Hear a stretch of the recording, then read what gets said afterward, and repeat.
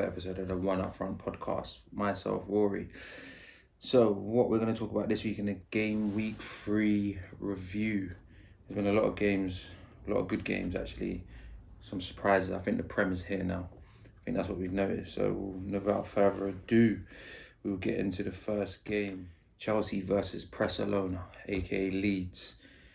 I'm going to talk from a Chelsea aspect because that's the team I support. So, I feel like the midfield was way too light in terms of a two-man midfield, knowing full well what Leeds are going to do.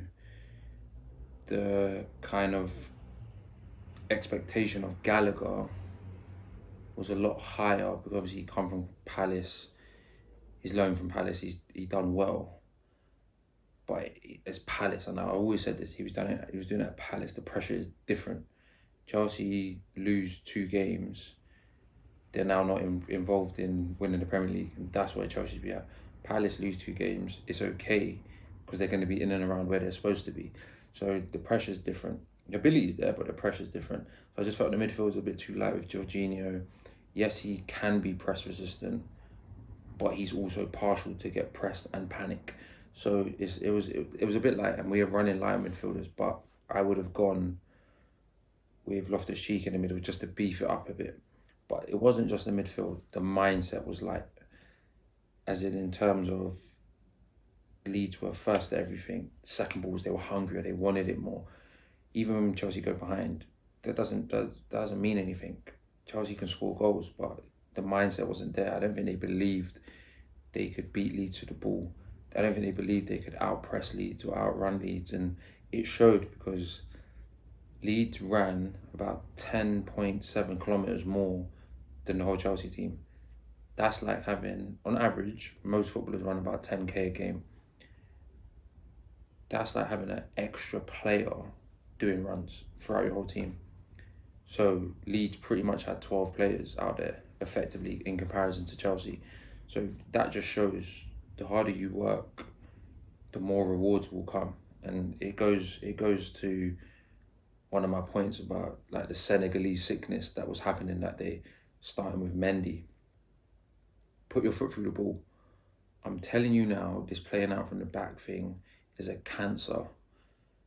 It's like they're in a headlock that if the ball comes to their feet, they've got to find a pass. Put your foot through the ball. You're better off turning over play 80 yards up the pitch than turning over play 4 yards from your goal. It's simple. Kick it out for a corner. Deal with it there. If you have nothing, you do not take a touch to try and beat the attacker.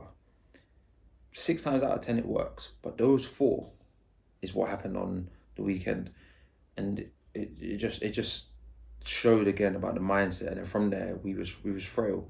Everything just went downhill. Koulibaly, everyone's saying, "Oh, he's not ready for the Prem." If you're trying to be touch tight and a man turns early in the way you don't expect him to turn, he's going to spin you, especially you being 6 foot plus and him being 5'5". He's got a lower center of gravity. His turn, Hazard done it to multiple players, but doesn't mean he's not Prem ready. I think that one was the stupid one to get the yellow card for. He should have just let him go. He was pretty much 10 yards inside the half, maybe 15, and there was loads of people back. Let it go. He was stupid for it, and I think the embarrassment of the turn got to him. The second yellow card should have been the first yellow card. The player that was running through was pretty much had a clear run, unless Reece James was catching, but I don't think he was based on the space that was given. He had to do it, and that one I was okay with. It was just the first one that created the sending off. So it's just the mindset again. Formation was all wrong in the first half. We couldn't get it going properly. Like Mount was probably the most, bar Sterling, in terms of trying to win the ball back. Sterling was better when we had the ball in terms of the attack, which is nothing new because Mount is a press merchant and his fitness level is crazy. But it just wasn't. I don't think the midfield worked well, and I don't think he was getting the ball out wide quick enough. And when we did, it was like, what do we do? Because they're in our faces. I would have probably changed the formation completely and started Loftus-Cheek central, Chalobah right centre-back and Reece James wing-back, it would have changed Leeds' mindset as well. So they know what Reece James possesses, and Chalobah's not slow either. Loftus-Cheek in the middle beefs it up, him against Adams, Tyler Adams, it changes the dynamic. And that's what I think we miss, just the mindset dynamic. So if Kante plays, Leeds players are worried. If Kovacic plays, they're more worried. There's certain players in positions that play, the worry kicks in. But yeah, so I just took it from it. We've got so many bodies in our building. We have no playing style. Like for instance, we play like we want a Lukaku until we get one. And then we play like we don't have one when we have one. And then we play like we're progressive and press resistance until we get pressed and can't progress. Like it's like we get what we want, then change everything. And then we play like we don't have what we want and then moan about what we have. It's just proper head fuck. But yeah, all I know is Bowley's probably got a busy week this week. I think there's going to be a few outs at left back. Emerson's definitely going to be going. Where talks about West Ham, we'll see. But I think Wesley needs to come in ASAP. It just frees up Reece James. Chalobah will probably go on loan. And I think they need to wrap up this Aubameyang deal. We need someone that's just going to put the ball in the back of the net, or at least possess the fear for defenders to stretch them. Then Sterling's and your Mounts and Havertz can come and pick up the rest. But we need someone to stretch. But yeah, that was the Chelsea Leeds game. But well done to Leeds. Like they wanted it more and they got it. Well done. The Toon thriller. Saint Maximin is the Rock. And when I say that, if you know about wrestling, he is the most electrifying man in sports entertainment. I don't care what anyone says. When he gets the ball, I'm from the era of Ronaldinho, like all of those kind of players, R9. Like, you're excited when he's on the ball. Like, what's he gonna do? What's he gonna do? He's a 6-star FIFA skill player. I'm not hearing 5-star. He's a 6-star FIFA skill player, and he does it at pace. He had Kyle Walker looking like a regular man with speed. Normally, Walker's like the Flash. Recovery's crazy. St. Maximin had him on toes, boy. And I was like, yeah, this is the St. Maximin I wanted to see. No headband, nothing. He was just straight line up, and I'm on it. And I was like, he's either playing for a transfer, or he's now believing fully in his ability that he needs to be playing at this level. What else happened in that game? Trippier, take up Alson, Andy Gray vibes. That was giving me Beckham versus Greece memories. The way he took it and he just whipped it to Edison's right, and the wall was on the left. So it was Edison's post that he was covering, but Edison's crept over because it was quite central. He crept over and he thought he was going over the wall. Did not. Top bins. Beautiful free kick from Trippier, like proper beautiful. And who was I looking at? I was watching Haaland. I was on Haaland watch. He's in my fantasy Premier League. I'm convinced he was made in a lab.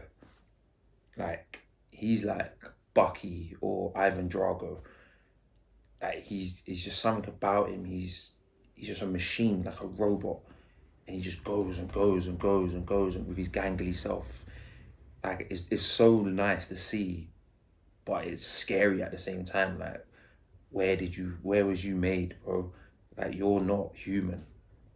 But when you've got him, and then you've got Hawkeye behind him in KDB, them passes he was putting through, like, bro, you're taking a piss. Like, them passes were, I was feeling it.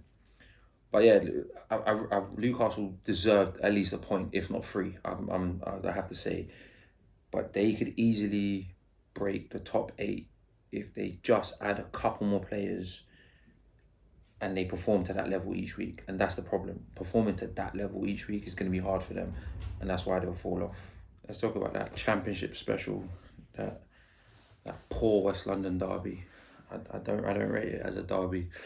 Fulham versus Brentford. It was a good game. Like, lots of goals, lots of action. but it was giving me championship vibes. That's all I got from it.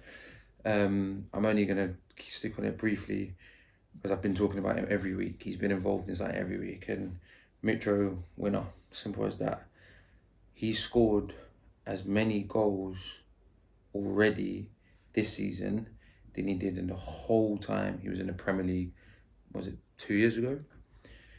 So you've seen he's carrying on that form he took from the Championship into the Premier League, and I hope he does get the 15 goals that I set out for him. He's probably got more on his list. He's probably going to get paid more for hitting more than 10. So, like, good look out to him.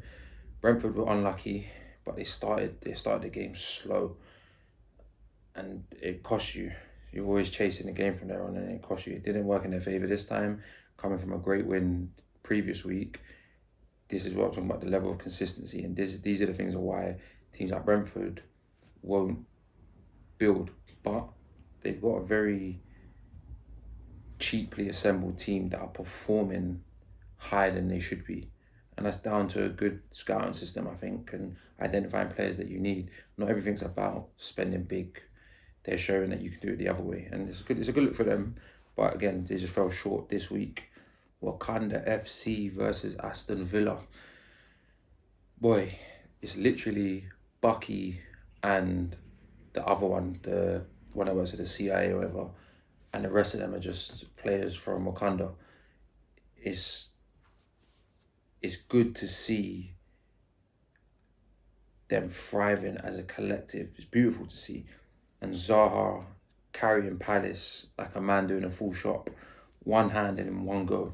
He's really leading that team now. Like, he has been for a season a bit, but he's really now, I'm the guy. Leave me alone, I'm the guy. I'll have my other guys around me as Elise, all of those guys, but I'm really that guy. But he'll never leave Palace now. He should have left last season and then taken that energy to a bigger club. I don't think he can leave Palace now. It just won't work for him. He's at the cusp where he's too old now. So he's better off just living and dying at Palace and getting into that Premier League Hall of Fame, being at Palace. But he's doing very well. The people that aren't doing very well is Villa. They look so shaky defensively. Nothing's working in their favour. They got Mings, House. That Diego Carlos is gone for about 6 months, whatever it is. I think House is going on loan, and they got whoever else they got is not good enough. Their midfield's actually decent. Their strikers are actually decent. Watkins and Ings, movement. There's an eye for goal, good in the air. One of them, like they've got a bit, but they just defensively lack. And I think that's where they need to go. They need to go back in the market and go get a centre back. Take Chalobah on loan. It could help you, and it would help him massively. The Saints finally get their W, and I've said this before. Adams at Southampton is the Scottish R9. He has been clutch for them and clutch for Scotland of late. He's really showing ability that no one thought he had to be that next level. He's like Ings. He's got that kind of Ings vibe about him, where he's got all the ability. He just needs to be consistent to then take it to the next level. And that's the phone. That's the word of the week: consistency. No consistency, you will always stagnate, and then you're just going back up, all the way up. You touch it, and then you drop it down. You touch it, you drop it down. You drop it down, you drop it down. Then you touch it here, and then your levels just slowly drop because you're touching lower levels than you were before because you're not being consistent. The team they beat, Leicester. They might need to sell now to reinforce before they really get into relegation scrap. They're not relegation fodder, but they're heading that way. They need sell Fofana, 60, 70, whatever you want to get for him now. Go and rebuild that team. You had scouts that were pulling out N'Golo and Riyadh and whoever else on mad, cheap deals. Go do it again. It might not be to the same level, but it can bridge the gap. And I think that's what they need, because they just don't have what it takes. They lost Schmeichel. This next keeper just doesn't look like he carries that same kind of I'm going to keep the ball out of the net vibe. He don't look like that guy. He looks like the guy I'm going to pick the ball out of the net vibe. And that's where they're going to suffer. They need more support for Vardy. They need to decide on Tielemans. I think all of them... No, Fofana got left out. Tielemans started on the bench. Just make the decision. Either they stay or they go and build from there. Otherwise, it could be a very, very bleak season for Leicester. Man U dealt with Liverpool. Played Liverpool at their own game. Played Liverpool at their old own game when they had Mane, Salah, Firmino. But this time, it was Sancho, Elanga, Rashford. Literally over the top, stretched them legs. Literally made Liverpool have to play over their shoulders. And you do that to Liverpool, they can't handle it. Because Trent and Robertson go so high, there's so much space. And even when Trent's back, there's still so much space. Like, I'm pretty convinced Trent is a rich man's son, because he gets targeted like all the time. It's like they know that's where the money is. And it was beautiful to see United play that way. As I said, football's always first. I support Chelsea, but football's always first. The way United played showed Liverpool's massive vulnerabilities and the promise what United could produce if they play Liverpool every week. Again, consistency is the thing here that a lot of teams struggle with, and United will struggle with. I think tactically Ten Hag got it right. There was no Nunes, so there's no need for Maguire to play. Play Martinez, he's more of a legs man, more running, more mobile, and it worked. There's still questions going to be asked about him. This isn't, this is why we signed him. There's going to be a lot of questions asked about him. But tonight, he showed his value in that team. Malacia, Shaw should never see that starting 11 again in big games especially. But that Malacia kid, I've never seen Salah, but despite his goal, I've never seen Salah be pocketed like that by such a young player. He was all over him, sharp in the tackle. He had brains. He didn't just go touch tight and foul. Let him run, nick the ball. Right, he might have beat him in the first instance, second ball got it, goes for a corner. 10 out of 10 for defending tonight for him. Like, it was beautiful to see. But Liverpool started that game with a midfield that should never start. It was a Brexit midfield. Milner, Harvey Elliott, and Henderson. I've said this before, Liverpool's midfield is what's going to cost them massively this season. I know they've got injuries, but I don't think Thiago would have made much of a difference. I don't think Curtis Jones would have made much of a difference. Who's the other one? Ketia. I don't think he would have made much of a difference. The way United played, Liverpool, it just wasn't working. All they did was ran, and when they had the ball, there was no sense. Milner got absolutely sent to the shop for Rubicon and all the sweets for the man them by Sancho. Sat him down and then took a penalty. Pretty much what he did. So I don't want to say United are back, but based on that performance, you can see the signs that there's something there for them to work on. Now they just need to kick on now. But yeah, Liverpool are in... I've got problems at that club at the minute. It's like Fulham, Palace and United, and they've taken 2 points, 2 draws and a loss. That's not... Forget City. Don't worry about City right now. You need to worry about winning your next game. And I think Liverpool might struggle in the coming weeks, especially World Cup, because that's going to change a lot of things. Europe, I was talking about Arsenal squad being thin, but it seems like Liverpool squad's quite thin as well.